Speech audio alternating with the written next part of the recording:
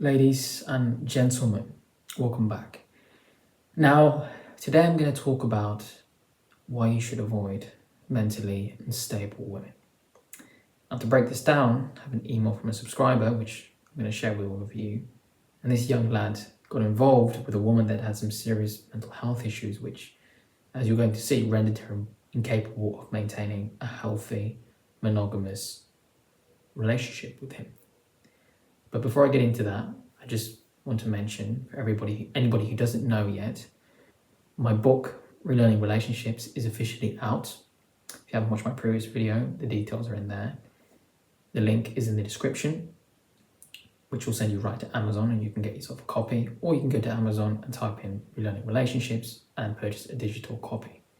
Now, I know most of you are waiting for the paperback and hardcover versions, which will be out in the next few days to next week. I'll be making the announcement on that. And even then, it's going to be on the same link. So you would still go into Amazon or click this link, which is going to be in all my future videos from now on, and on the About tab, the YouTube channel. And it sends you right to Amazon, and then it will give you the different options of the different versions. You can take your pick. With that said, let's get right back to business. So I'm going to refer to this guy as Jimmy. Now, I do have a very long video on mentally unstable women and drama and all the problems it causes, which I will link, I will have at the end of the video. You can just click on it. I recommend you watch that as well. It's not as serious as this one. However, it goes to show when it comes to your romantic relationship, when you're courting a woman, when you're getting to know her, guys, stay away from such women. So let's get into it. So he says, "Hello, Christian. It's totally fine if you wanted to use this in one of your videos. My first language is not English, so if I make any mistakes during the email, you know why." Well, that's very brave of you to write everything down in English. And again, if you're not a native speaker, I have quite a few people reach out to me that English is not their first language, and most of you do a very good job at detailing everything, so that's great. It helps you with your grammar, doesn't it? So let's begin. My ex and I started dating when we were 15 years old. We met through a group app on WhatsApp. They've been together for 6 years. Well, they were together for 6 years. She appeared very introverted and wasn't involved in many conversations. When we were talking for a year or two, we started to see each other in real life.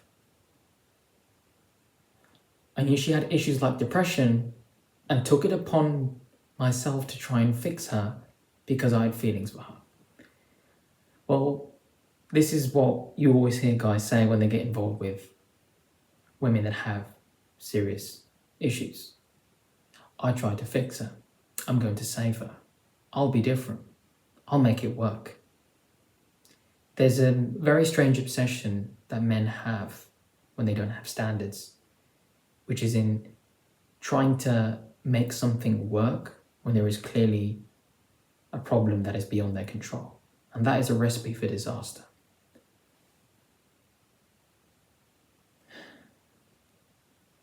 At the time I was in high school, my parents were not very keen on how I tried fixing her for my own mental health.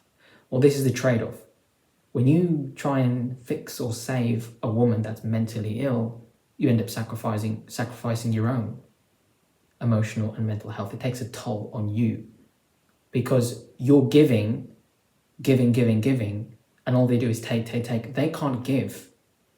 They can't return any love to you because they are not in the right headspace because they're mentally ill and they are unable to give you the same romantic love that you are giving. It's going to be impossible.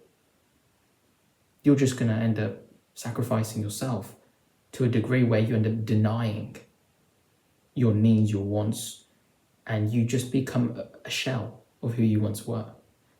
And that's not a healthy thing because a relationship has to be mutually beneficial, mutually giving. Yes, it's true, love knows no boundaries. You should always give. However, it's always important to make sure, is your partner, your spouse, are they returning the favor from time to time? Are they grateful? Are they loving? Are they gracious? Are they appreciative? But when you get involved with a woman like this, she's going to suck you dry emotionally. And you have wise parents because they can see what's going on. And notice how he mentioned parents. He didn't say my mum or my dad. He wasn't raised by a single mum or a single dad. He was raised by his two parents. And as the statistics show, children raised by two-parent household, they grow up to be healthier mentally, physically, emotionally. They form healthier bonds. They tend to be more loving, more caring, kinder, more compassionate, which is what he is like.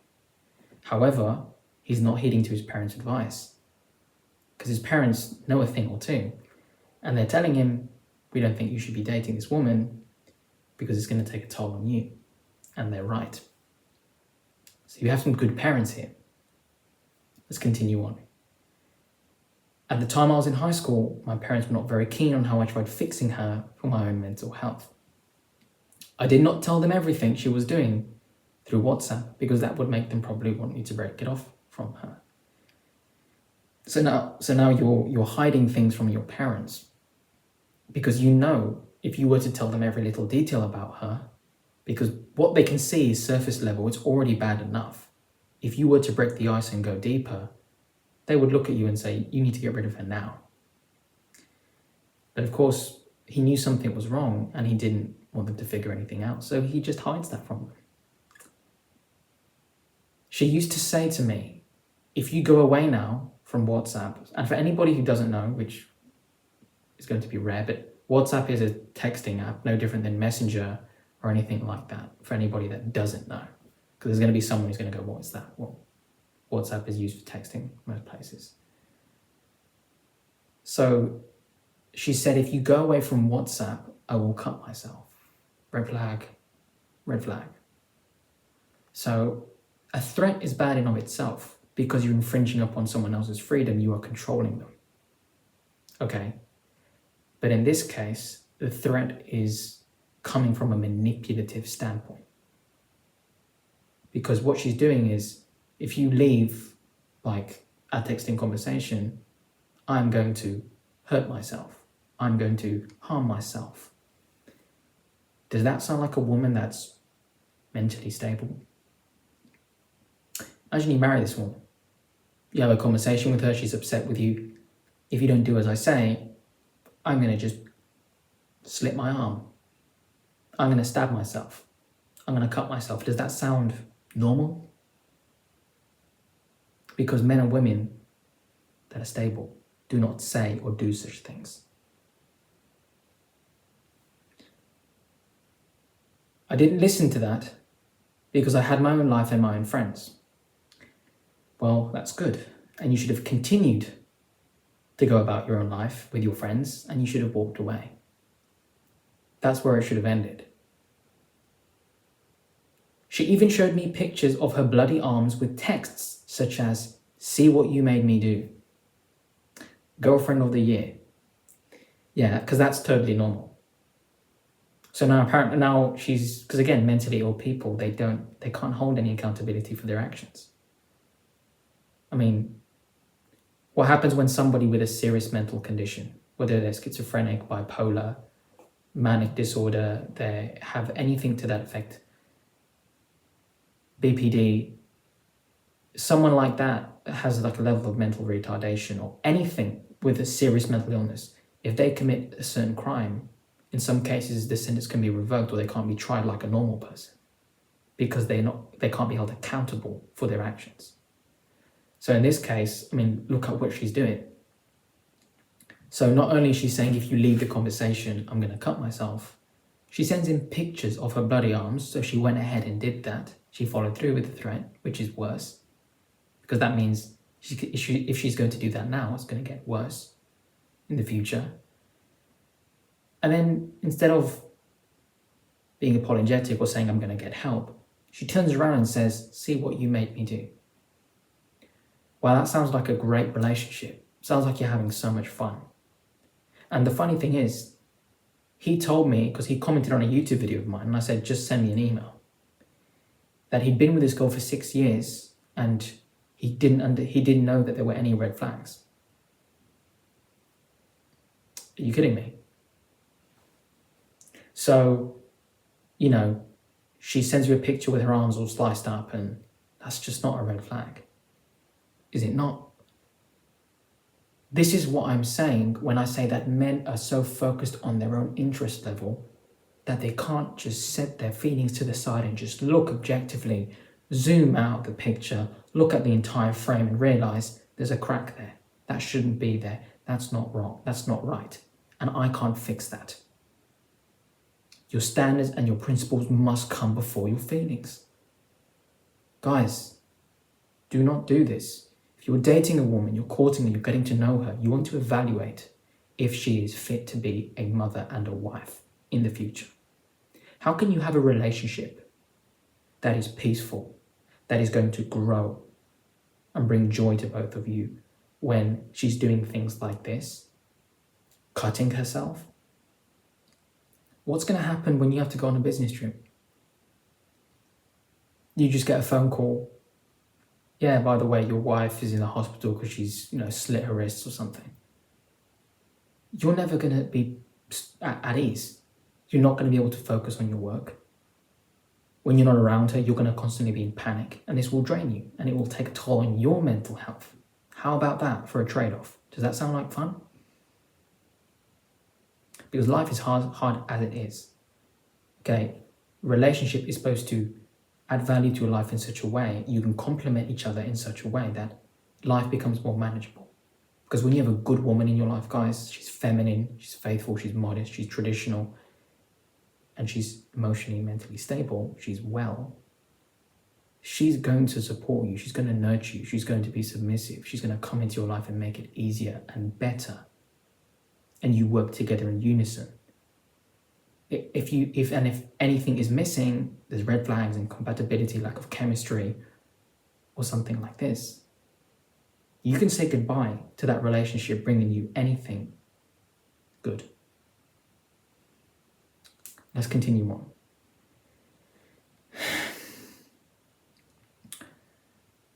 So she cuts herself, right?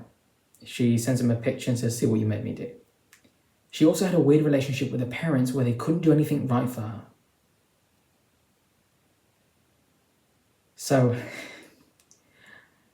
now in regards to her parents, now he told me that her dad always seemed a little bit of a doormat.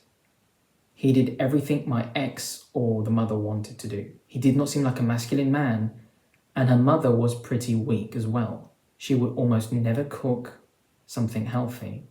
And when she had a little bit of pain somewhere, she would call off her work and react as if she lost her leg in the process. I don't know if this would give you any clarity, but that is what I observed. Yeah, it sounds like a very, very normal family, right?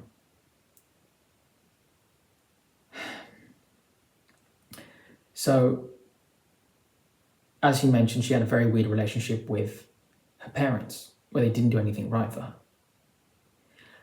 He said, "I was going against her at that time because because it was crazy why she was mad at her parents.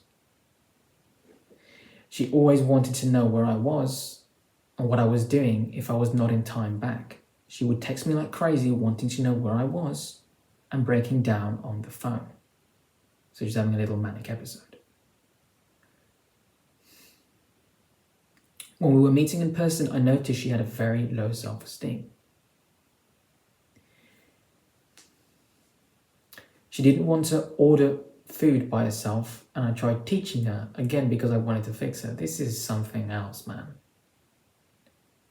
I always needed to do the ordering, even though I said she should try it too. Well, as a man, you're supposed to lead.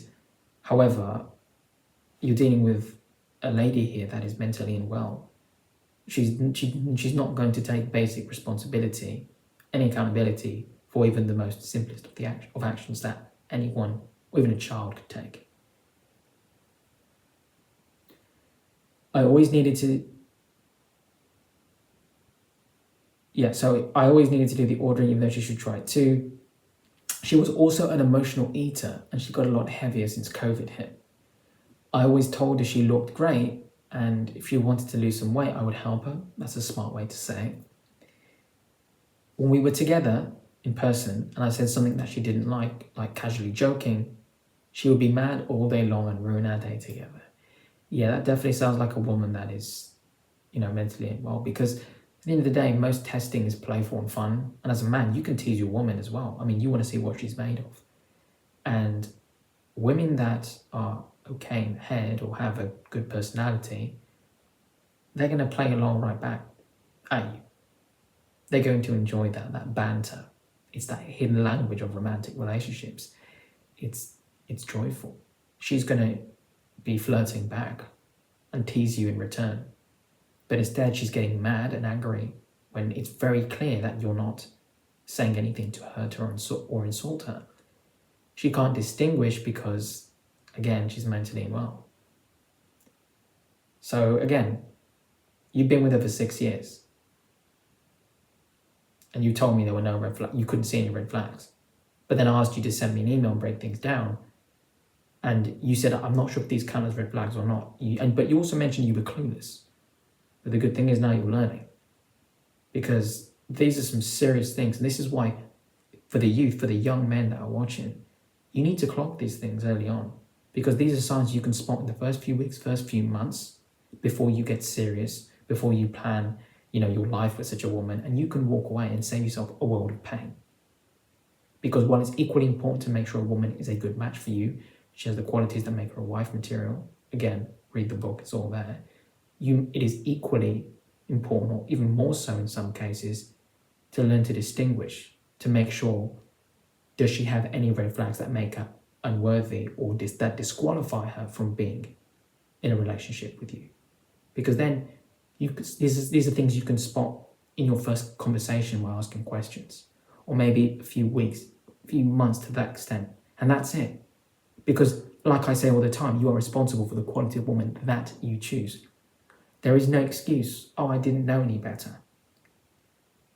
Because when you really break it down, and I ask guys all the time, tell me, go back to the beginning, and they go through all the problems. You could see you just didn't want to accept that was real. Because you were trying to give yourself a reason to stay. And that is a recipe for disaster, my friend. But let's continue on. So again, you're joking, you're saying something casual, and she's going to be mad all day and ruin your day together. Damn, what a fun girl. Later down the line, when we were starting to see each other a lot more and doing sleepovers, she always wanted to check my phone to see if I was texting someone behind her back. At that time, I was going to military training, military police to be exact. Awesome, very good for your masculinity. She would constantly text me saying that she loved me and missed me. Well, that's great, but in this case, because she's mentally unwell, it doesn't really mean much. On the other hand, she also told me that she was going to a mental illness clinic for her cutting and depression. Good, and that's where it should have stayed.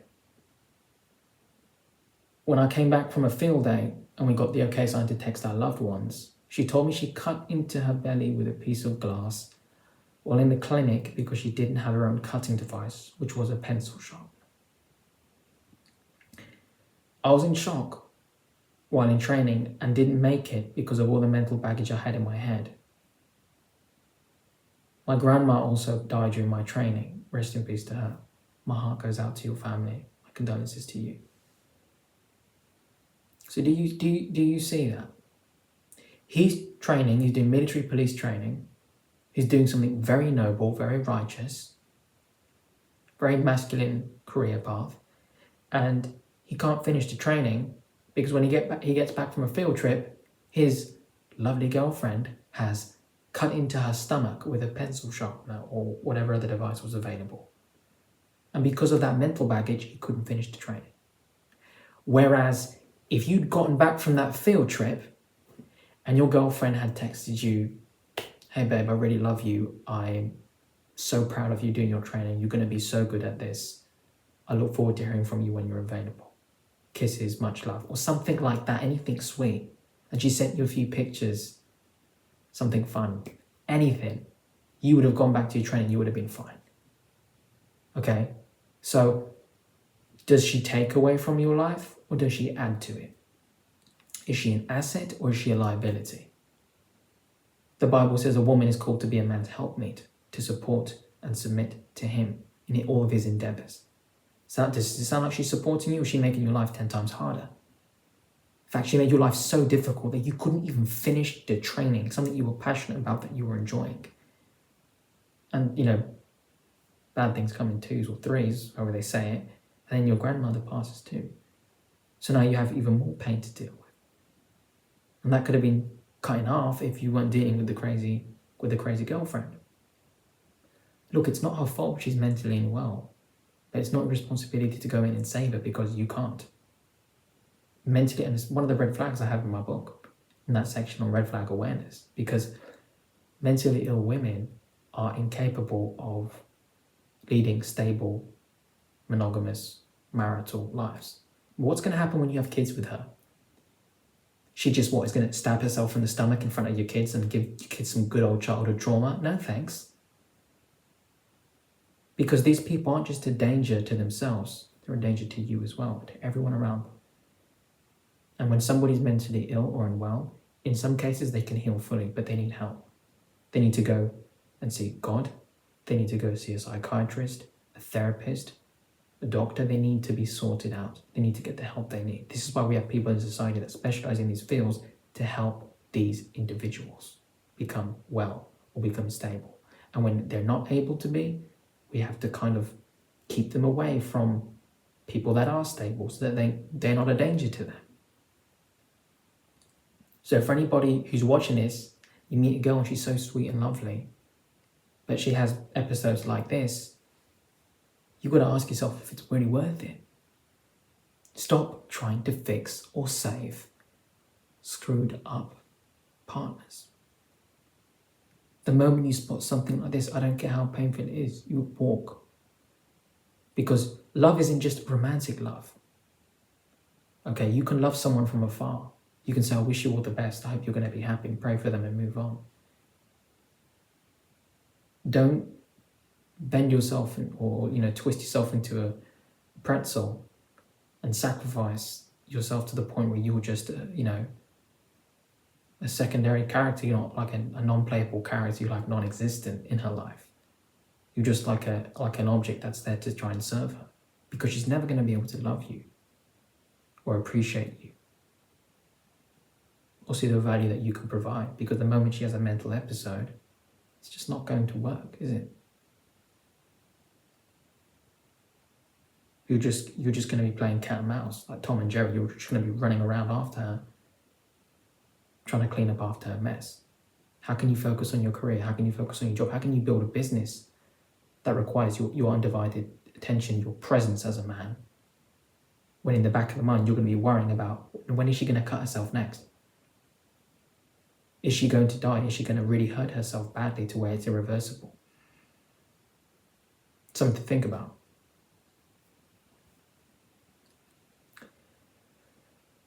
But it doesn't end there, does it?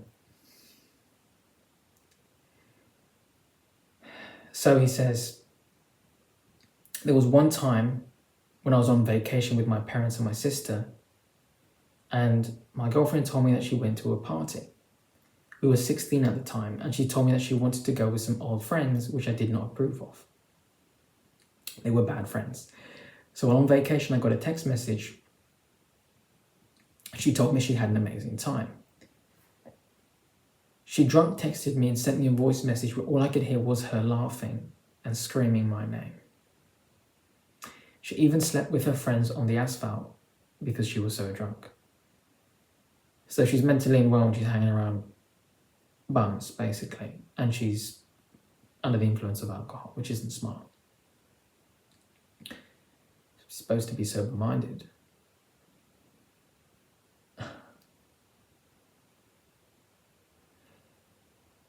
She even slept, so her parents didn't know because she told them she was having a sleepover at her friend's house. Well, as we know, the dad's weak, the mum's messed up as well. So, I mean, the dad's got such low testosterone, I don't think he's going to even care or know how to handle his daughter, because he can't even handle his wife. What does that tell you? So, of course, she's going to tell them anything. The parents are going to believe it because the father's got no intuition. Neither does the mother. They can't really see what's going on. It all comes back to weak men, doesn't it? This left a big scar on my trust for her and made me hurt her a lot, even now when I think about it. Dude, your trust should have been tainted from the very beginning. I mean, you're doing military police training and you couldn't even finish something you were passionate about because she tried, well, the self-harm she inflicted upon herself was so severe that you couldn't even finish the training. That's serious stuff, man. Because this woman is constantly going to shock your emotions, and not in a positive way. So obviously now you're at the point where you don't trust her. And this made me hurt a lot even now when I think about it. Well, emotion is retained with memory. This is why we can't really remember something that happened. Like if I said to you, what did you eat last week on a Tuesday? Unless you're meal planning and you have it written down, you can't remember that. If I asked you, what was it like going to your grandmother's funeral? You could remember. Anybody watching this who's older and I said, where were you standing when 9/11 happened? You can tell me, clear as day. Okay, where were you when you graduated? Where were you when you achieved a personal milestone? Things like that the emotion and memory are connected, they're linked. You're never going to forget that because it leaves an imprint, it leaves an impact on your life. It's deeply rooted, okay? Shapes your worldview as well. So of course, you can remember the pain of when you lost trust with her because it really impacted your emotions, it shaped you up. So when she got better with her depression, she started to go to school again for her certificate. The first year was okay. She had some friends here and there, and I met them. They were totally fine. The second year, however, she met a lot of people and began hanging out with them a lot, and sometimes even left me for them, as in calling in the evening through WhatsApp. So you would call her and she just ghosted you. She started doing a lot more things with them and I became very needy and jealous. Well, you didn't have a life because you'd given up your career path. You couldn't fulfill that role because you were focused so much on her, which is understandable because she was mentally ill, you wanted to care for her, that you rejected your mission as a man. So now you've shut down and now you're fulfilling the feminine role. You're becoming relationship focused. There's nothing wrong with loving your woman. But if she's not your wife, she's not number one. She's a girlfriend. So she has to earn that privilege that she'd only get in marriage with you. As of right now, your focus is on your career and your business. And if you want to protect, provide, and lead her, you got to take care of yourself first. You can't do that when you're being needy and jealous and wondering what she's doing. And now you're at a point here, obviously becoming jealous. Now, jealousy can be founded upon a righteous reason or unrighteous. So a righteous reason to feel jealous is when your woman is doing inappropriate things with other men, when you've made plans and she cancels on you, when, for example, she has a history of cheating in the past, she's cheated on you, you stayed with her, or she left someone to be with you. That's going to make you feel jealous, and rightfully so, because you're not going to trust her deep down. It's an externally motivating factor. It has to do with her bad behavior. That's founded in righteousness. It's justifiable, morally correct. Whereas jealousy can also be founded on unrighteous reason, which are from your internally motivating factors. You have a lack of purpose in life. You have no life outside of her. You're eventually going to become jealous because you're going to feel unworthy of her. Because you become so focused, you have no life outside of her. Okay, also an internal factor is going to be you have unresolved childhood trauma, things from your infancy that have deeply affected you, or you have wounds from previous relationship and past lovers that you haven't healed from. So you're going to have feelings of jealousy that will come from that because you don't know how to love and trust and be fully open and vulnerable. So there's always a distinction there. Again, it's on the book, pick up a copy. But let's find out if it's a righteous reason. She told me she was flirting with some guys for fun in school, which were her friends. Yeah, you have a righteous reason to feel jealous. But when this happens, you cut her ass off. She's telling you she's flirting with other men for fun. geez, I mean, you've done everything for her, and this is how she repays you when she's not having a manic depressive moment.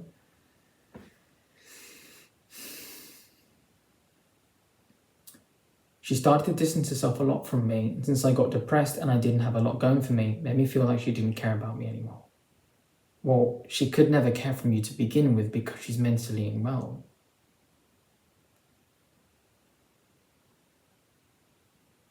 So we fought a lot, especially from 2021 through 2022, earlier this year, of course.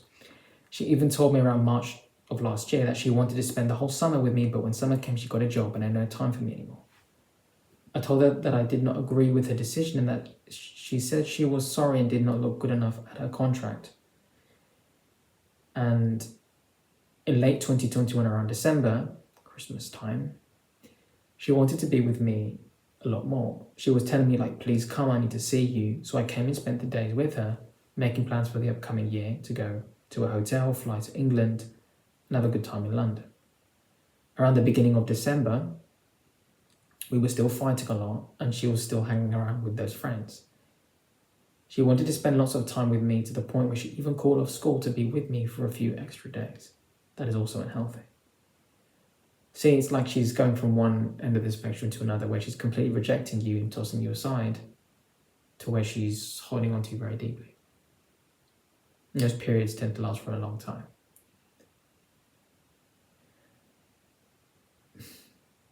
A few days later, when she came to me, I noticed someone calling her on the phone. A bit monkey branching, perhaps. Where she began to laugh at it and told me that she wrote her name with her friends on a wooden sign in a theme park.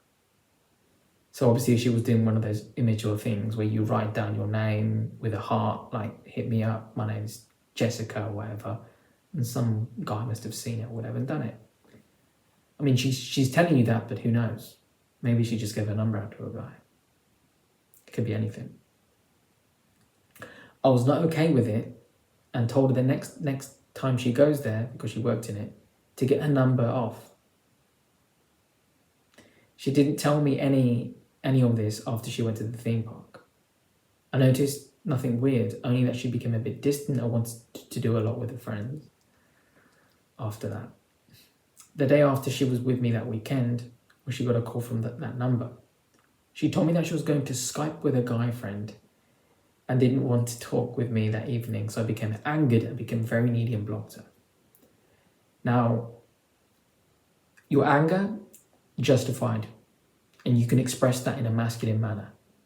But blocking her is immature and childish, and you need to develop self-control in that regard, because that's not going to help your situation. If she wants to do that, you look her in the eyes and say, great, well, you enjoy that call with your guy friend or this guy, and when you finish the call, you're not going to have a boyfriend anymore. Good riddance. And you hang up on her, and you walk away, and you move on with your life. That's what you do. That's it. Because this is another thing he told me. She had lots of guy friends. And as we all know, there is no such thing between men and women having a friendship. Men make friendships with other men. That's how you become more masculine. One of the ways. How do women become more feminine? Associate with other like-minded feminine women. Because as a man, a woman can't give me a level of friendship that I can with a man. Because between a man and a woman, there's always going to be an element and a degree of sexual chemistry and attraction, even if it's one-sided. And that's not right. Men and women should only be together in the context of courtship, relationship, and marriage, nothing else. So if you want to say men and women are friends, you are deceiving yourself, big time, my friend. And obviously this is why it angered you, which is founded upon righteousness there. It's an honorable and a justified reason for you to feel upset with her, because she's in a relationship. She shouldn't be giving a one-on-one time to another guy. Are you serious? It's not work related. It's not business related. Come on, man. You know better than that now. So she's going to Skype with her guy friend, and I became needy and blocked her. So the next day she told me that it was over and that she didn't feel it anymore, and we became toxic via text. Well, I mean, you lost control. And instead of you walking away, she's the one to do it.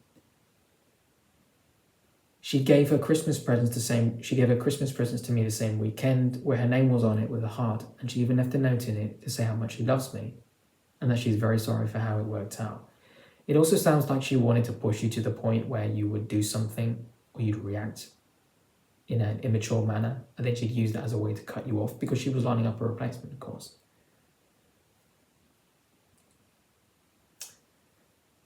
So she sends you all these presents, and she even left a note in it with how much she loves me and that she's sorry for how it worked out. This lunatic, he says this lunatic, she even wanted to put her box with the presents under our Christmas tree while her letter was still in it. So when she got back into her car with her brother and left, I told my parents, and they told me that she was utterly crazy and that I should open it right now. Your parents are very wise, and you're lucky to have good parents, and you should take a leaf out of their book.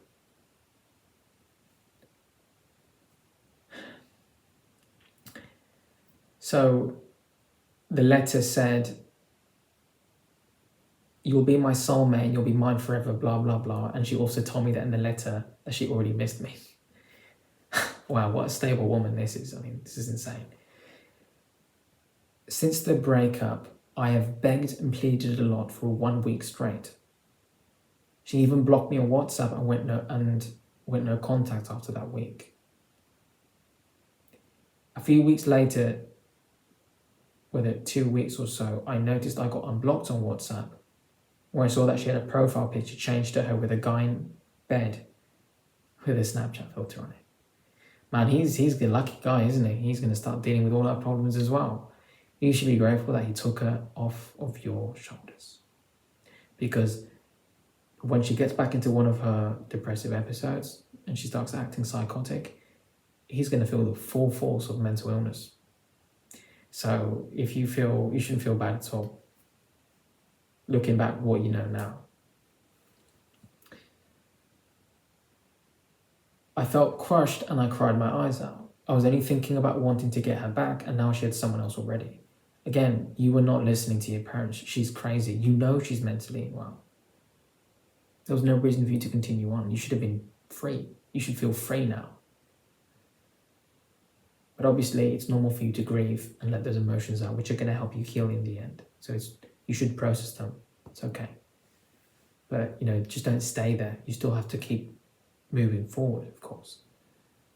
But again, you're kind of grasping at straws here, because what you're doing is you're going in on a WhatsApp. Oh, she unblocked me.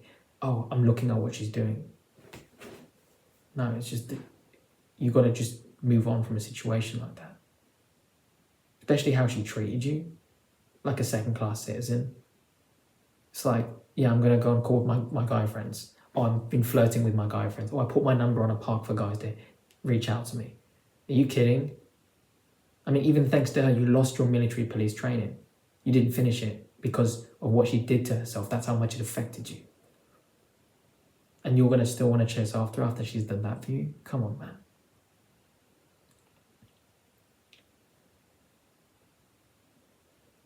I didn't say anything about it to her and noticed a week later that I got blocked on everything. On Instagram, WhatsApp, phone, everything. Because of the relationship that I had, my friends told me not to react to it. I didn't, otherwise I would have been a very needy and begging man at that point. After some time, I didn't know how long, but I noticed again that she unblocked me. But just on WhatsApp. And I saw that she put in the date in her status where she got into the new relationship with that guy, which was 8 days after our breakup. Obviously, you don't have a relationship in 8 days. So obviously she had this guy in the works for a while. That stung, and somewhere I started to think that she was doing it on purpose to hurt me, which is absolutely twisted while I am in depression. I felt used, I felt like I did not matter to her at all, and that things I did for her to help her, nothing mattered. Correct. She never meant anything to you. I mean, you meant nothing to her. Everything you did meant nothing to her. Because she's mentally well. But guess what? This guy also doesn't mean anything to her. He's just a toy she's using right now. In the moment, she's okay. But she's not going to form a healthy attachment or a bond with him. Because her behavior has nothing to do with you or him or any other man that is unfortunate to come into her life. It's to do with her. It's to do with her problems that are out of your control. his control, her family's control. Okay, like it's nothing to do with you. And what you're trying to do here is, oh, she unblocked me on WhatsApp so I could see what she's doing. You shouldn't be looking anyway. You should be moving on.